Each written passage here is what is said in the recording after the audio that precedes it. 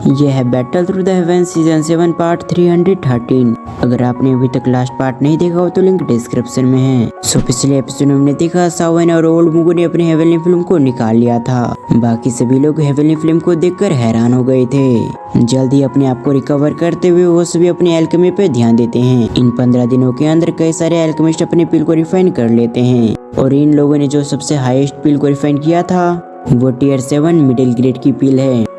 तो आगे इस पार्ट की शुरुआत में आसमान से एक लाइटनिंग एक स्पॉट की ओर बढ़ रही थी। ये देखने के साथ ही वो व्यक्ति अपनी जगह से उठने के साथ ही उस लाइटनिंग को रिसीव करता है। इसके साथ ही वो कहता है मैं सक्सेसफुल हो गया। ये कहने के साथ ही वो व्यक्ति अपने हाथों को खोलता है जिसके अंदर एक पिल रखी हुई है। वो पिल काफी तेज से चमक रही थी। दूसरी तरफ हम ऑडियंस को देखते हैं जो कि ये चीज देखने के साथ ही उनकी आंखें चमक जाती है। वो कहते हैं ये लड़का टियर 7 की मिडिल ग्रेड की एल्केमी है।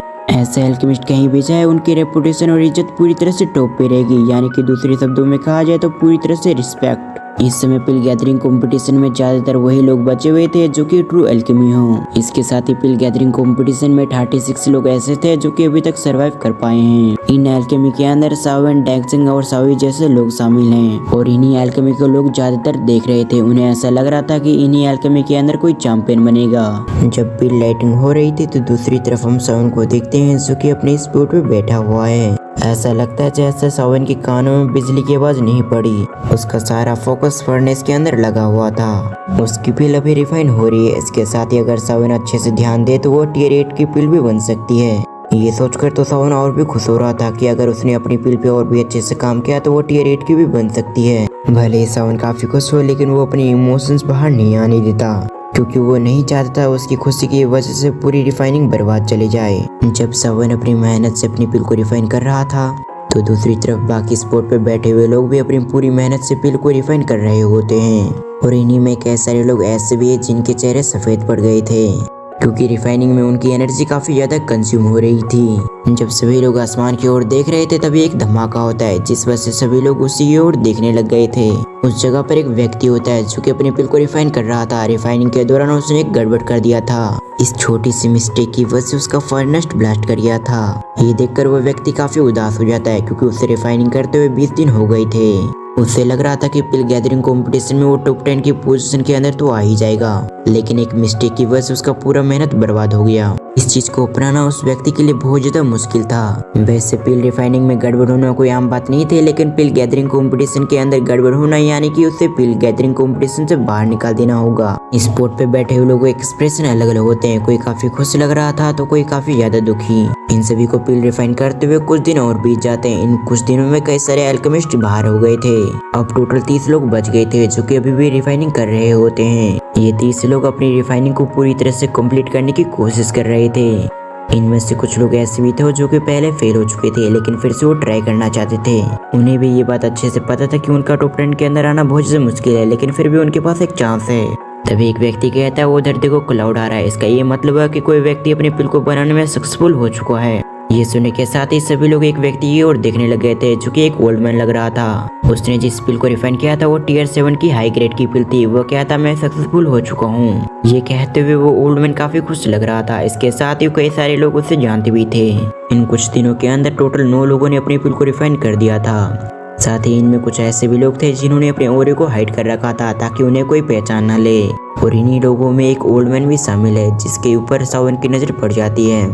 उस व्यक्ति को देखते हुए सावन को समझ में आ चुका था कि उस व्यक्ति ने अपने ओरे को जानबूझ के हाइड कर रखा है। उसके चेहरे को देखते हुए ऐसा नहीं लग रहा था कि वह कोई बुरा इंसान है। दूसरी तरफ हम जुआन कोंगजी को देखते हैं जो कि अभी के समय इसी ओल्ड मैन को देख रहा है। वो हैरान होते हुए कहता है मैं एक्सपेक्ट नहीं कर पा रहा हूँ कि ये ओल्ड मैन भी यहाँ पर आया है। इस बात का रिप्लाई एल्डर लेडी देते हुए कहती है इस ओल्ड फेलो को बिल्कुल भी शर्म नहीं आ रही कि ये यंग जनरेशन के लोगों से मुकाबला कर रहा है। इसके साथ ही देखने से ऐसा लग रहा है कि ये टियर 8 की पिल को रिफाइन कर रहा है। ये सुनने का ध्यान लीजिए कहता है इस ओल्ड फेलो का एक विश है कि ये एक हेवनली फिल्म को पोजेस करे और पास्ट में ये हेवनली फिल्म को लेने के लिए याओलो के साथ भी गया था, लेकिन वो हेवनली फिल्म इसके हाथ नहीं लगी बल्कि याओलो को मिली। लेकिन ऐसा लगता है कि 3000 बर्निंग फिल्म के बारे में इससे भी पता चल गया है कि अगर पिल गैदरिंग कॉम्पिटिशन में जीता तो इसके पास एक मौका हुआ 3000 बर्निंग फिल्म को ओपन करने का और ये अपने मौके को बिल्कुल भी नहीं जाने देगा।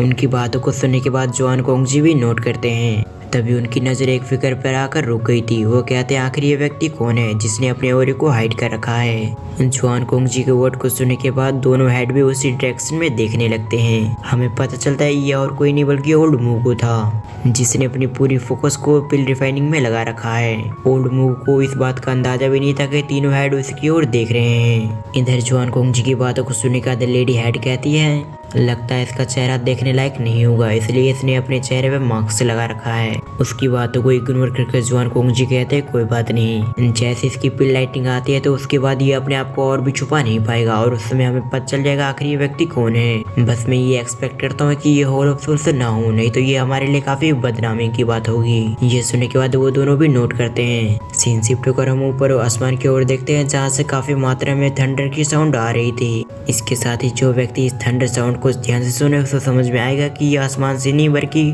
प्लेटफॉर्म के ऊपर से आ रही थी। कुछ ही समय के अंदर वहाँ पर क्लाउड आने लगती है, जिस वजह से सभी लोग एक डायरेक्शन की ओर देखने लगते हैं। वो क्लाउड जहाँ जमा हो रही थी उसके ठीक नीचे एक यंग लड़का होता है। हम देखते हैं ये और कोई नहीं बल्कि सोंगचेंग था, जिसने अपनी पिल को लगभग रिफाइन कर लिया होता है। सोंगचेंग खड़ा होकर अपने हाथों को खोलता है, जहाँ पर हम देखते हैं उसके हाथों के अंदर एक मेडिसिन पिल होती है। सोंगचेंग की इस पिल को देखने के बाद सभी लोग उसकी तारीफ करने लगते हैं, जिस वजह से सोंगचेंग काफी खुश हो गया था। फिर वो अपनी नजर को शिफ्ट करके एक डायरेक्शन में देखने लगता है। यह और कोई नहीं बल्कि सावन होता है। जब सावन ये देखता है कि सोंगचेंग उसकी ओर देख रहा है तो वो सोंगचेंग की ओर देखते हुए एक स्माइल पास करता है। फिर सावन ने पूरी तरह से उसे इग्नोर कर दिया था। इसके बाद वो अपनी पिल को रिफाइन करने लगता है। सावन अपने मन में कहता है भले ही सोंगचेंग ने टियर 7 के पिक ग्रेड की पिल को रिफाइन कर दिया हो, लेकिन अभी उसके पास इतनी क्वालिफिकेशन नहीं है कि वो पिल गैदरिंग कंपटीशन में मुझसे मुकाबला कर सके।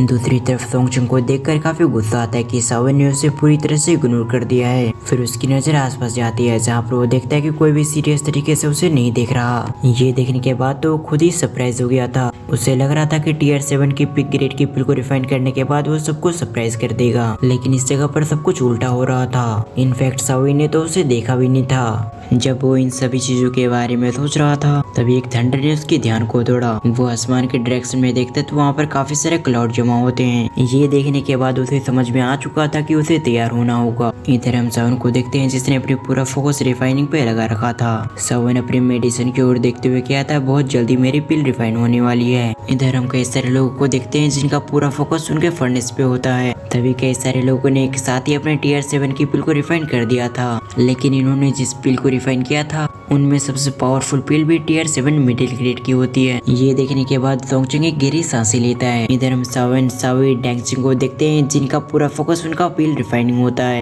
ऐसा लग रहा था कि इन तीनों ने लाइटनिंग की आवाज सुनी ही न हो। तभी एक स्पॉट के ऊपर एक लाइटनिंग जाने लगती है, यानी कि उस स्पॉट के ऊपर काफी ज्यादा क्लाउड आने लगती है। इसका ये मतलब था कि उसका भी पिल रिफाइन हो गया था। अभी के समय उस जगह पे एक छोटी सी लड़की बैठी हुई थी। इसके साथ ही उसकी शरीर काफी नाजुक लग रहा था। यह और कोई नहीं बल्कि डैंगचेंग थी, जिसका पिल रिफाइनिंग लगभग कंप्लीट हो गया था। और इसी के साथ हमारा ये एक्सप्लेनेशन यहीं पर एंड होता है। इसके साथ ही नेक्स्ट पार्ट भी जल्दी अपलोड होगा। Thanks for watching.